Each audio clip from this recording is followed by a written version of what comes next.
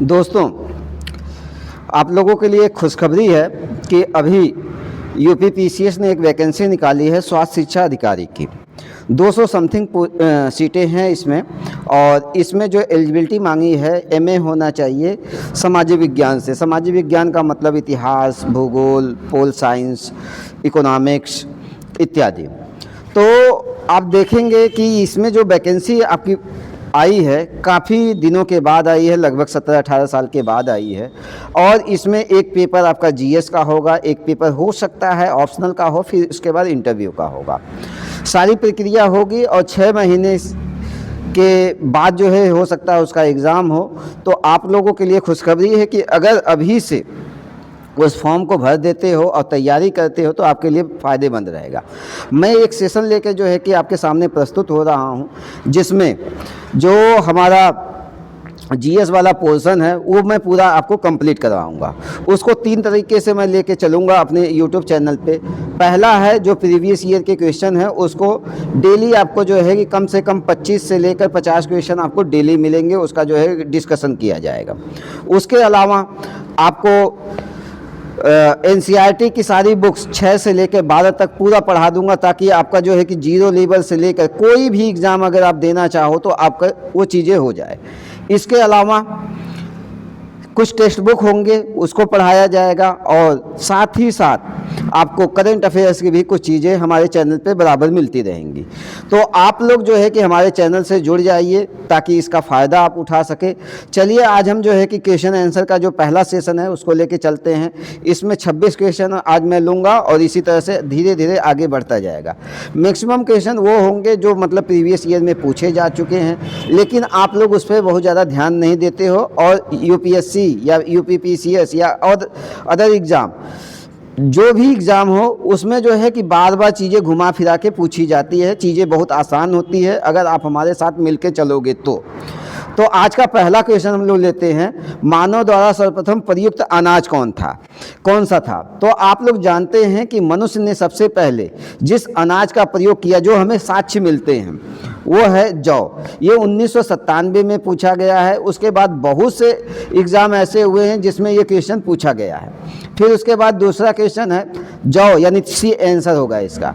फिर उसके बाद है ताम्रपाषाण काल में महाराष्ट्र के लोग मृतकों को घर के फर्श पर नीचे, घर के जो फर्श हैं उसके नीचे किस तरह रख के दफनाते थे। अब इसमें जो है दिशाएं दे रखा है और ताम्रपाषाण काल की ये बात कर रहा है। तो ये ध्यान देने वाली बात है कि ये जो ताम्रपाषाणी काल की संस्कृति है उसमें आप देखेंगे महाराष्ट्र का जो नौदा टोली है और यहाँ पे जो ये ताम्रपाषाणी संस्कृतियाँ हमें मिली है, वहाँ पे अगर आप देखोगे तो घरों के फर्श के नीचे शवों को रख के दफनाया जाता था, मृतकों को रख के दफनाया जाता था, और वो उत्तर से दक्षिण की ओर रख के दफनाया जाता था।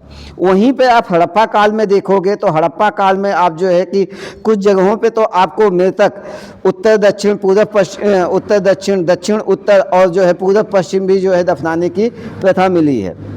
खैर, इसमें जो पूछा हुआ है ताम्रपाषाण यानी ताम्रपाषाण काल की जो है बात कर रहा है, तो उसमें ये ध्यान देने वाली बात है उत्तर से दक्षिण की ओर रखकर जो है कि दफनाया गया है।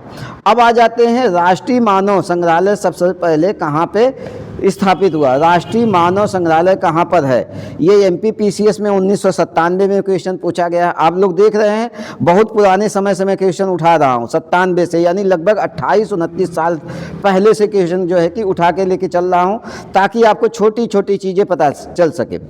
तो राष्ट्रीय मानव संग्रहालय कहाँ पे है, तो राष्ट्रीय मानव संग्रहालय आपका इसमें जो है कि भोपाल पर है, भोपाल में है। चूँकि एमपीपीसीएस का क्वेश्चन है तो आप जो है इसको देख लीजिएगा। फिर है निम्नलिखित में से किसको चारकोलिथिक युग भी कहा जाता। अब देखो चारकोलिथिक युग, अब आपको ये समझना होगा कि ये जो पूरा पाषाण युग होता है, नवपाषाण युग होता है, ताम्रपाषाण युग होता है, लौह युग होता है, उसमें जो है आपको जो है कि चारकोलिथिक युग किसको कहते हैं। तो चारकोलिथिक युग जो है कि ताम्रपाषाण काल को कहा जाता है। यह आपको ध्यान में रखना होगा, आपको जो है कि ये चीज़ें समझनी होगी, क्योंकि ताम्रपाषाण काल को ही चारकोलिथिक युग भी कहा जाता है। अब आ जाते हैं 5वें क्वेश्चन को हम लोग देखते हैं। भारत के किस स्थल की खुदाई में लौह धातु के प्रचलन के प्राचीनतम प्रमाण मिलते हैं? अब ये देखो, भारत के किस स्थल की खुदाई में लौह धातु के प्रचलन के प्राचीनतम प्रमाण मिलते हैं? तो आप लोग जो है कि इसको देखेंगे तो इसमें जो है आप ऑप्शन दे रखा है कालीबंगा, हुलास, अतरंजी खेड़ा और बुर्जहोम। तो अगर आप जो है कि बहुत डिटेल में चीज़ों को पढ़े हो तो आप ये जानते होंगे कि कालीबंगा जो है क्या है, सिंधु घाटी सभ्यता का स्थल है और सिंधु घाटी में कहीं पर भी हमें लोहे का प्रमाण नहीं मिलता है, यानी पहला जो है कि ऑप्शन आपका जो है कि कट जाएगा। हुलास भी नहीं होगा। बुर्जहोम नवपाषाण कालीन संस्कृति है, यहाँ पे भी अभी हमें कहीं पे लोहे का प्रमाण नहीं मिला है। और अतरंजी खेड़ा मात्र एक ऐसा स्थल है जहाँ पे लौह धातु के प्रचलन के प्राचीनतम प्रमाण हमें मिलते हैं। फिर आ जाते हैं अगला क्वेश्चन, भीमबेटका किसके लिए प्रसिद्ध है? बहुत ही इंपॉर्टेंट क्वेश्चन है, इस चीज़ को आप लोग जो है कि लिख लीजिएगा, भीमबेटका किसके लिए प्रसिद्ध है। तो आप अगर एनसीईआरटी की किताब पढ़ोगे तो उसमें जो है कि बहुत डिटेल में दिया हुआ है भीमबेटका के विषय में। तो भीमबेटका गुफाओं के शैल चित्र, यानी गुफाओं में शैल चित्र जो है बनाए जाते थे, उसके लिए जो है कि प्रसिद्ध है भीमबेटका। अब आ जाते हैं हम लोग 7वां क्वेश्चन लेते हैं कि खाद्यान्नों की कृषि सर्वप्रथम प्रारंभ हुई थी कब? अब इसमें दिया है नवपाषाण काल में, मध्य पाषाण काल में, पुरापाषाण काल में और प्रोटो ऐतिहासिक काल में। तो आप जो है कि बहुत अच्छे से जानते हैं कि ये जो खाद्यान्न है सर्वप्रथम खेती के रूप में सबसे पहले नवपाषाण काल में खेती के साक्ष्य मिलते हैं। जो मेहरगढ़ है वहाँ पे हमें सबसे पहले खेती के साक्ष्य मिलते हैं, और किस काल में? नवपाषाण काल में। तो 7 का आंसर होगा ए। तो आपको जो है कि 7 क्वेश्चन अभी तक मैंने बताया। पहला है मानव द्वारा सर्वप्रथम प्रयुक्त अनाज कौन था? जौ, यानी सी ऑप्शन है। ताम्रपात्र काल में महाराष्ट्र के लोग मृतकों को घर के फर्श के नीचे किस तरह से रख के दफनाते थे? तो इसका भी ऑप्शन जो है कि ए होगा, उत्तर से दक्षिण की ओर। राष्ट्रीय मानव संग्रहालय कहाँ पर है? इसका आंसर सी है, भोपाल। निम्नलिखित में से किसको चारकोलिथिक युग कहा जाता है? यानी ताम्रपाषाण को जो है कि चारकोलिथिक युग कहा जाता है, यानी सी ऑप्शन होगा इसका। फिर भारत के किस स्थल की खुदाई में लौह धातु के प्रचलन के प्राचीनतम प्रमाण मिलते हैं? तो अतरंजी खेड़ा, यानी सी ऑप्शन होगा। भीमबेटका किसके लिए प्रसिद्ध है? तो इसका ए ऑप्शन है, गुफाओं के शैलचित्र के लिए। और खाद्यान्नों की कृषि सर्वप्रथम कहाँ प्रारंभ हुई थी? तो नवपाषाण काल में ये हुई थी, यानी ए ऑप्शन होगा। 8वां क्वेश्चन हम लोग लेते हैं कि बृहद पाषाण स्मारकों की पहचान की गई है। अब जो है कि बृहद पाषाण स्मारकों की पहचान की गई है, ये यूपी पीसीएस में 2005 में क्वेश्चन पूछा था।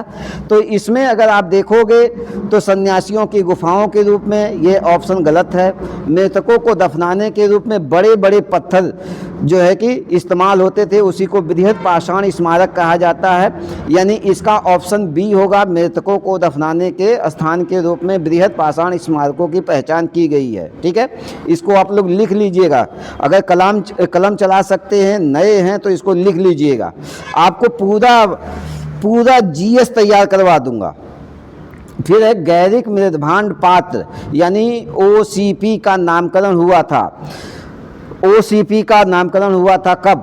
ठीक है ना, सॉरी, कहाँ पर? तो जो हस्तिनापुर है वहाँ पे गैरिक मृदभांड पात्र यानी ओसीपी का नामांकन हुआ था। हस्तिनापुर ए ऑप्शन है। थोड़ा सा टफ क्वेश्चन है, लेकिन आप इसको लिख लीजिएगा, समझ में आएगा। फिर है उत्खनित प्रमाणों के अनुसार पशुपालन का प्रारंभ हुआ। अब देखो, बहुत ही अच्छा क्वेश्चन आपसे पूछा हुआ है कि जो हमें अब तक हमने उत्खनन किया है उसके प्रमाण के अनुसार कौन सा जो है पशुपालन का जो है कि प्रारंभ हमें बताता है, कौन सा काल? तो निचले पूर्व पाषाण काल की ये बात कर रहा है, मध्य पूर्व पाषाण की बात कर रहा है, ऊपरी एवं पाषाण काल की बात कर रहा है, और मध्य पाषाण काल की बात कर रहा है। अब देखो यहाँ पे चीज़ों को आपको समझना होगा कि निचला पूर्व पाषाण काल क्या होता है, मध्य पूर्व पाषाण क्या होता है, ऊपरी एवं पाषाण काल क्या होता है, मध्य पाषाण काल क्या होता है, नव पाषाण काल क्या होता है, पूरा पाषाण काल क्या होता है, ये सारी चीज़ें आपको समझ के चलनी पड़ेगी। तो इसका जो आंसर होगा वो है मध्य पाषाण काल, यानी 10 का जो है कि डी होगा, इसको आप लिख लीजिएगा। और NCERT की किताब पढ़ेंगे तो उसमें ये सारी चीज़ें दी हुई है, ठीक है। फिर है अगला क्वेश्चन 11 नंबर लेते हैं, भारत में मानव का सर्वप्रथम साक्ष्य कहाँ मिलता है। तो ये देखो मतलब 4 ऑप्शन आपको दिए हुए हैं, नीलगिरी की पहाड़ियाँ, दूसरा है शिवालिक की पहाड़ियाँ, तीसरा है नल्ला मल्ला पहाड़ियाँ और चौथा है नर्मदा घाटी। तो आप जो है नवपाषाणिक काल में अगर आप देखोगे तो जो नर्मदा घाटी है यहाँ पे मानव का सर्वप्रथम जो है कि साक्ष्य में दिखाई देता है। तो इसका आंसर लिख लीजिएगा नर्मदा घाटी, ठीक है, 11वें का, यानी डी ऑप्शन है। फिर है परावर्ती हड़प्पा काल की पूरा सामग्रियों के साथ चित्रित धूसर पात्र परंपरा के अवशेष मिले हैं। देखो बहुत ही शानदार क्वेश्चन ये पूछा हुआ है आपका कि परावर्ती हड़प्पा काल की पूरा सामग्रियों के साथ चित्रित धूसर पात्र परंपरा के अवशेष कहाँ पे मिले हैं। परावर्ती यानी ऐसा काल जो बाद में आया हड़प्पा काल के, ठीक है, वो वहाँ पे चित्रित धूसर पात्र की परंपरा के जो अवशेष हमें मिले हैं वो है भगवानपुरा में, ठीक है। आगे हम जो है क्वेश्चन देखते हैं, कच्चे लोहे की 2 बड़ी निधियाँ कहाँ से प्राप्त हुई। निधि मतलब होता है खजाना, और कच्चे लोहे की बात कर रहा है कि कच्चे लोहे की जो बड़ी निधियाँ हैं वो कहाँ से प्राप्त हुई हैं, तो वो मांडी और नरनौल से प्राप्त हुई है। इसमें अगर थोड़ा सा भी कोई दिमाग लगाएगा तो पता चल जाएगा कि ये मांडी और नरनौल से हमें मिलती हैं। फिर अगला क्वेश्चन है, भारतीय उपमहाद्वीप में कृषि के प्राचीनतम साक्ष्य कहाँ से मिलते हैं। अब देखो भारतीय उपमहाद्वीप की ये बात कर रहा है, तो भारतीय उपमहाद्वीप में आपका भारत आ जाता है, पाकिस्तान आ जाता है, नेपाल आ जाता है, भूटान आ जाता है, बांग्लादेश आ जाता है, और थोड़ा सा जो है कि विस्तार किया जाए तो मालदीव और श्रीलंका भी भारतीय उपमहाद्वीप के ही हिस्से होंगे। तो यहाँ पे भारतीय उपमहाद्वीप की बात कर रहा है कि भारतीय उपमहाद्वीप में कृषि के प्राचीनतम साक्ष्य कहाँ से मिले हैं। तो ये है आपका मेहरगढ़, ठीक है, मेहरगढ़ से जो है हमें कृषि के प्राचीनतम साक्ष्य मिले हैं। देखो चीज़ों को समझना इसमें थोड़ा सा टफ होगा क्योंकि ये पहली बार आप लोग हो सकता है सुन रहे हो, या कुछ ऐसी टेक्निकल चीज़ें हैं जो हम किताबों में पढ़ेंगे तब हमें चीज़ें समझ में आएंगी। ग्राफ के माध्यम से और सारी चीज़ों के माध्यम से समझने की कोशिश करेंगे तब हमें चीज़ें समझ में आएंगी।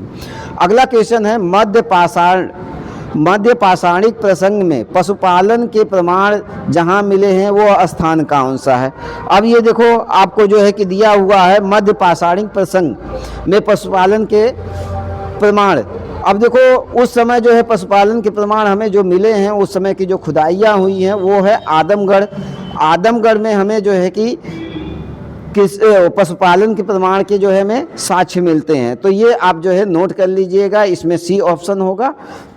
अब आ जाते हैं अगला क्वेश्चन लेते हैं हम लोग, ये आपके सामने है, निम्नलिखित में से किस स्थल में से मानव कंकाल के साथ कुत्ते का कंकाल भी समाधान से प्राप्त हुआ। अब देखो कुत्ते का कंकाल यानी कुत्तों को दफनाने की भी परंपरा मानव के साथ में जो है कि कौन सा ऐसा स्थल है जहाँ पे हमें मिलता है।